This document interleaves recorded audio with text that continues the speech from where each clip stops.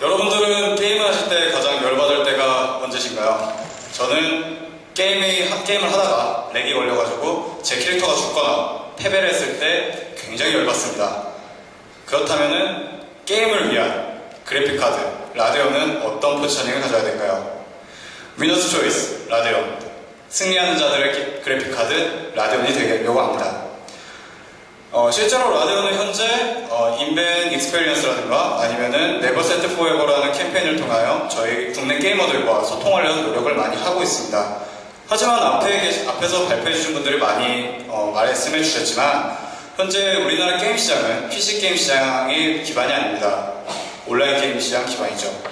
제가 PC 게임이 얼마나 팔리는가 확인하기 위해서 용산 전자상가를 갔었는데 용산 전자상가 5층이 컴퓨터, 슬라이스, 그리고 이제 게임이라는 그런 카테고리가 있었는데 그쪽에 가봤더니 실제로 게임을 파는 회사라고 해야 될까요? 그 점포는 4군데밖에 없었습니다.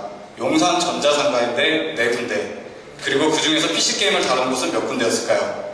딱 한 군데였습니다. 그것도 구석에 매우 조그맣게요. 0.4%의 PC 게임이 아니라 라데온은 70%에 달하는 온라인 게이머들을 잡아야 된다는 게 저희 생각이었고 그 교두보로서 저희는 PC방을 선택하였습니다. 저희는 자체적으로 300명의 PC방 이용자를 설문조사를 하였는데요. 표를 보시면은 왼쪽 표를 보시면은 친구들과 함께 게임을 하기 위해 PC방을 간다는 이유가 55%. 하지만 그 옆에를 보신다면 21%가 집보다 사양이 좋은 곳에서 게임하고 싶기 때문에라는 그런 결과가 나왔습니다. 그렇다면 오른쪽을 보셔주시기 바랍니다. 저 55%의 사람들을 다시 한번 설문조사를 했는데요. 그 중에 69%에 달하는 사람들이 PC방을 혼자서도 갑니다. 그리고 그중 90%에 달하는 사람들이 PC방을 왜 가느냐? 집보다 사양이 좋으니까요. 집보다 사양이 좋기 때문에 더 쾌적한 환경에서 게임을 하기 위해 PC방에 사람들은 방문을 합니다. 하지만 PC방의 그래픽카드들은 어떨까요? 저희는 PC방에 600곳을 조사를 했는데요. PC방 매물 사이트를 통하여 500곳을 조사했고 그리고 자체적으로 저희가 직접 찾아가서 100곳을 조사했습니다. 그때 저희가 그래픽카드를 보았을 때 저희는 GTX 99.5%에 달하는 PC방 업주들은 GeForce를 사용한다는 것을 알 수 있었고요. 그리고 그 중에서 69%에 달하는 그래픽카드가 굉장히 낙후되었다는 점을 보실 수 있었습니다. 저희가 낙후되었다고 말씀드리는 기준은 디아블로3 확장팩이 얼마 전에 나왔죠. 디아블로3 확장팩이 고사양에서 돌아가지 않는, 고사양에서 버벅대는 프레임 40 이하의 그래픽카드를 말씀드리고 있고 그 그래픽카드는 GeForce의 GTX 650 Ti 미만을 이야기하고 있습니다. 실제로 그래픽카드를 보신다면 GTX의 약 4년 전에 나온 모델인 GTX 560, 심지어는 6년 전에 나온 모델인 GTX 250이 주로 이루고 있었습니다. 그렇다면 왜일까요? 1위부터 3위까지 보시면 낯익은 게임들을 보실 겁니다. 낯익은 게임들이 보이실 건데 1위는 벌써 넘어갔네요. 어쨌든 1위 같은 경우는 리그 오브 레전드, 2위 같은 경우는 최근에 이벤트를 통하여 그 점유율을 급격하게 늘리고 있는 피파 온라인, 그리고 마지막으로는 이제 가장 오래된 게임 서든어택이 주를 이루고 있습니다. 특히 롤 같은 경우는 100주간 점유율 1위를 지키고 있고 이 세 가지 게임의 점유율을 합하면 약 70%에 달합니다. 그렇다면 PC방 점주들 입장에서는 굳이 저사양 게임들을 위하여 고사양 그래픽카드를 가질 필요가 없었습니다. 이미 보셨겠지만 하지만 이제 2014년 하반기 블레스, 검은 사막, 문명 온라인, 그리고 무엇보다 블리자드의 세계적인 기대자 히어로즈 오브 더 스톰이 기다리고 있습니다. 히어로즈 오브 더 스톰은 현재 알파 테스터를 마쳤고요. 클로즈 베타 테스터를 진행하고 있습니다만 이 게임 같은 경우는 굉장한 고사양을 요구하는 게임이라는 것을 알 수 있었습니다. 그렇다면 라데온은 이 67%의 낙후된 그래픽카드를 저희는 라데온으로 바꾸려 합니다. 그렇다면 라데온이 PC방에서 어떤 점에서 좀 더 경쟁력이 있을까요? 저희는 첫 번째는 가격, 두 번째는 성능, 즉 프레임을 말하고 있습니다. 세 번째는 업그레이드 주기를 말씀드리고 싶습니다. 첫 번째는 가성비. 모두 다 아시겠지만 라데온 시리즈는 가성비가 좋습니다. 그리고 PC방 점주들 100분들에게 여쭤봤을 때 약 70%에 달하는 점주님들께서 말씀하시기를 17만에서 24만원대의 그래픽카드가 업그레이드하기 가장 적당한 가격이다 라고 말씀을 하셨고요. 알라인 270, 알라인 270X 시리즈가 그 시리즈에 가장 적합하다고 보았습니다. 옆에 보시면은 이제 지포스와도 비교를 해놨는데요. 지포스보다 약 2만원 정도 저렴한 것은 라데온의 강점이라고 말씀드릴 수가 있습니다. 하지만 그렇다면 라데온으로 바꾸실 겁니까? 아니요란 대답이 74%였습니다. 왜일까요? 물론 지포스 시리즈가 더 좋다는 인식과 온라인 게임은 지포스다, 그리고 게임은 지포스다라는 인식이 컸죠. 라데온에 대한 부정적인 인식도 있었습니다. 초기 불량률이 높다, 발열과 소음이 심하다, 이런 부정적인 인식들이 있었는데 앞에서 말씀하셨듯이 모두 다 해결된 문제점입니다. 하지만 PC방 점주들 입장에서는 굳이 위험을 무릅쓰고서 라데온으로 바꾸고 싶지 않다고 말씀을 하셨죠. 그렇다면 지포스가 정말로 뛰어날까요? 저희는 이카루스라는 고사양 온라인 게임을 통하여 프레임 비교를 사용했습니다. 위쪽에 보시면은 이게 아닌데? 네, 어쨌든 이거부터 말씀드리자면 이거는 저희가 직접 설문조사한 결과인데 63%에 달하는 사람들이 프레임이 바로 온라인 게임의 성능이라고 말씀하셨고요. 저희는 이카루스를 통하여 그 성능을 확인해 보았습니다만 여기서 알라인 270이 GTX 660 시리즈보다 더 뛰어난 성능을 보이는 것을 알 수가 있었습니다. 한 가지 더 보여드리자면 디아블로3에서 GTX 270X가 GTX 760 시리즈보다 더 뛰어난 성능을 보이는 것을 알 수 있는데요. GTX 760 시리즈는 GTX 660 혹은 알라인 시리즈보다 더 한 단계 위에 위에 성능을 보여주고 있는 신세대 그래픽카드이고 현재 지포스에서 밀고 있는 그래픽카드입니다. 근데 그 그래픽카드보다 더 성능이 높습니다. 왜일까요? 메모리 인터페이스가 라데온 시리즈 같은 경우는 256비트를 사용하고 있고요. 지포스 시리즈 한 단계 아래인 198비트를 사용하고 있습니다. 그 점에서 차이가 있고요. 파이프라인 같은 경우도 약 32개의 파이프라인을 사용함으로써 라데온 시리즈가 하드웨어적으로 좀 더 뛰어나다는 것을 알 수 있습니다. 1분 남았습니다.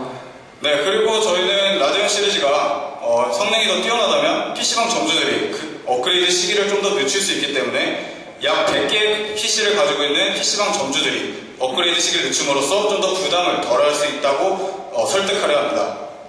저희는 단순히 PC방 점유율을 높이기 위한 이 전략을 수립한 것이 아닙니다. 저희는 PC방 점유율을 높임으로써 일반 게이머들에게도 어필을 하려 합니다.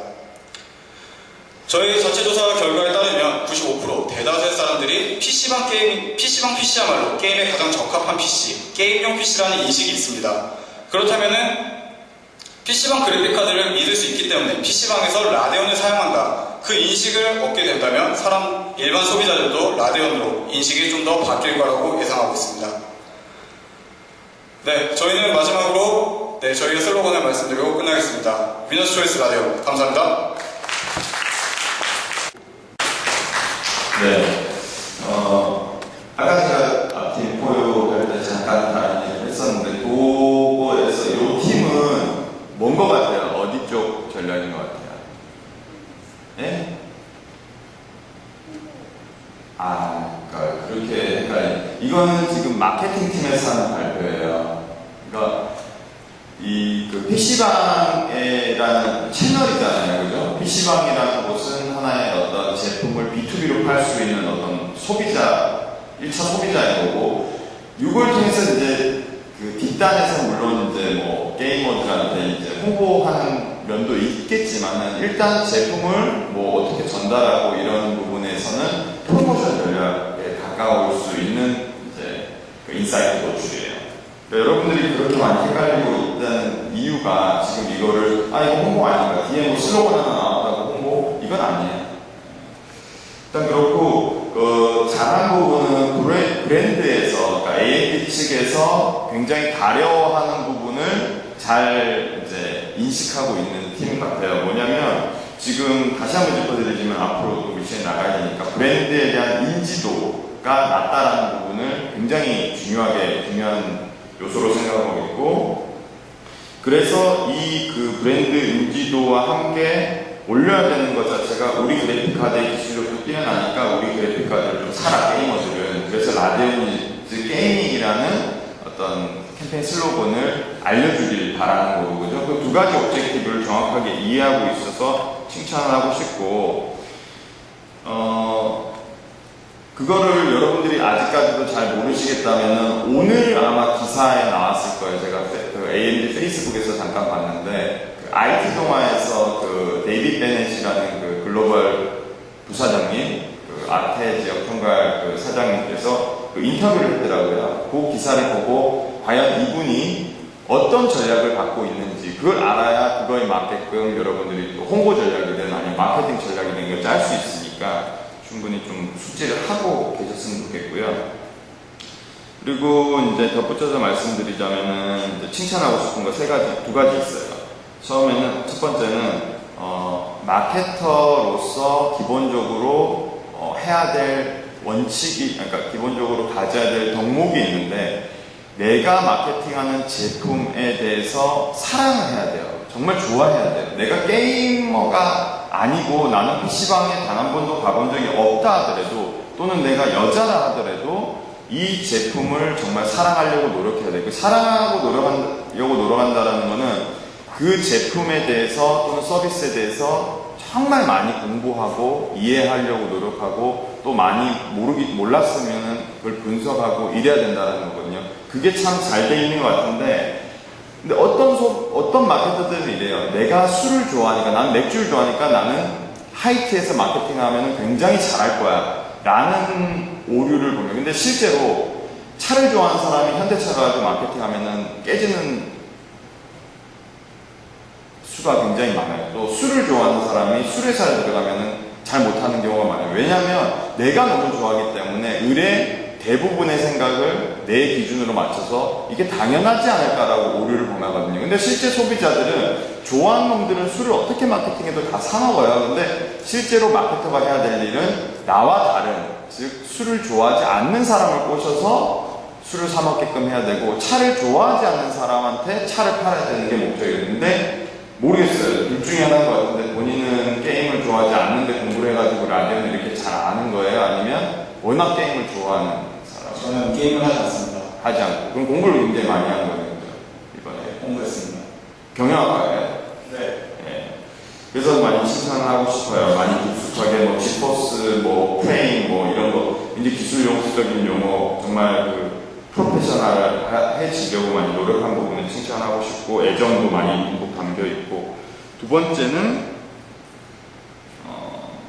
PC방에 대해서 이제 잡은 부분 제가 사실 홍 차장님하고 이제 사전에 이 미션 내기 전에 우리 이제 미리 이제 저희 실무자들하고 미팅을 했는데 저희도 생각을 한 게 이제 PC방 채널이라는 게 굉장히 중요한 채널이라고 저는 생각을 했거든요. 그리고 조립 PC 시장 이쪽이 1차 소구될 수 있는 그 시장이 아닐까라고 생각을 했는데 홍보팀에서는 그닥 커뮤니케이션 자체를 이제 뭐 PC방이나 뭐 조립 PC 이런 부분에 국한하고 싶지 않다. 뭐 쉽게 말해서 많은 소비자들이 그냥 라데오니스 게이밍이라는 걸 인식하고 AMD라는 브랜드에서 인식하기만 하면 된다라는 거였는데 마케팅 팀에서는 정말 뭐 PC방에 대한 채널 또는 뭐 저런 거 뭐 벤치마크가 나오는 어떤 커뮤니티 같은 채널 이런 직접적인 소비자들이 있는 곳에 가서 전달하고 싶은 거예요. 제품이랑 뭐 이런 것들을. 근데 굉장히 잘 잡으신 거예요. 마케팅적 사이즈였기 때문에 PC방이라는 어떤 그 대표적인 어떤 소비자들이 몰려있는 채널을 건드렸으니까 그 부분도 굉장히 잘한 것 같아요. 어쨌든 뭐 지난주에 발표를 안 했었죠. 했었는데. 했었는데 어떻게 됐지? 네, 효과를 좀 쳤습니다. 그죠. 엄청 깨졌죠.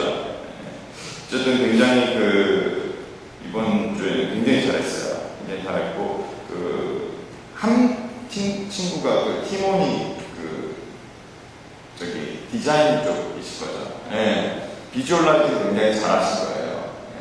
눈에 쏙쏙 들어오게 인포그래피 형식으로 굉장히 잘했고, 조금 이제 팁을 좀 더 드리자면은, 이런 부분에서 계속 이제 인포그래피 일변 보면, 사람들이 이제 처음에는 눈에 딱딱 들어와서 좋긴 좋은데 어떤 결론이라든지 아니면 중간에 한 번 정도는 좀 임팩트 있는 뭐 영상이라든지 그걸 반증할 수 있는 그런 부분이 조금 더 다른 어떤 포맷으로 하나가 형성이 돼서 나와주면은 훨씬 더 나은 PP가 될 수 있을 것 같아요. 수고하셨습니다. 지난주보다 본질을 좀 파고들려고 하는 그런 노력이 많이 많이 질문을 해주시면서 현장 조사를 좀 많이 하신 것 같고요. 제가 제일 싫어하는 게 1차원적인 생각이에요. 예를 들면 에어비앤비로 예를 들자면 에어비앤비의 문제점은 우리 국내에서 인지도 부족이다. 이건 누구나 다 할 수 있는 말입니다. 하지만 에어비앤비의 문제점은 인지도 부족일까? 아니다. 생각해보면 우리 한국인들이 남을 우리 집에 들여오게 하는 그런 문화가 안 맞기 때문이다. 좀 더 하위 개념으로 더 들어가는 거거든요. 그런 노력이 좀 많이 보이는 것 같아요. 그냥 1차원적으로 이거는 이거기 때문에 이 반대쪽으로 생각하고 하는 그런 거라기보다는 현장에서 좀 인사이트 좀 많이 얻어서 그런 것으로 좀 놀리고 좀 했다는 점에서 저는 좀 긍정적으로 많이 바라보고 있습니다. 그리고 A&D 쪽에서 코멘트를 주셨는데 그대로 읽을게요. A&D 직원을 뽑으라 해도 뽑을 수 있을 만큼 정확한 하드웨어 및 상황 이해를 가지고 있다. 그런데 과연 이렇게 정확하게 본 상황을 어떻게 해결할 것인가에 대해서 좀 의문을 갖고 있고요. 그리고 그렇게 명확하지 않은 것이 좀 아쉽기도 하고 동시에 좀 기대가 되는 팀이기도 하다고 합니다. 수고하셨습니다. 감사합니다.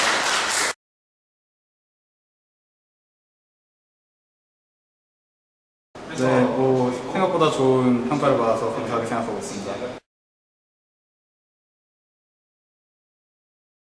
굉장히 영광이라고 생각하고요. A&D 같은 경우는 굉장히 글로벌 회사니까 뽑아주신다면 언제든지 가겠습니다. 그래도 5위 위로는 갔으면 하는 바람이 있네요. 저희 바로 앞에 있던 꿀팀은 되게 잘하는 팀으로 알고 있는데 오늘 좀 안 좋은 평을 받은 것 같아서 좀 아쉽네요. 네, 그냥 다 같이 잘했으면 좋겠습니다. 그건 아닌 것 같아요. 네, 축하드립니다.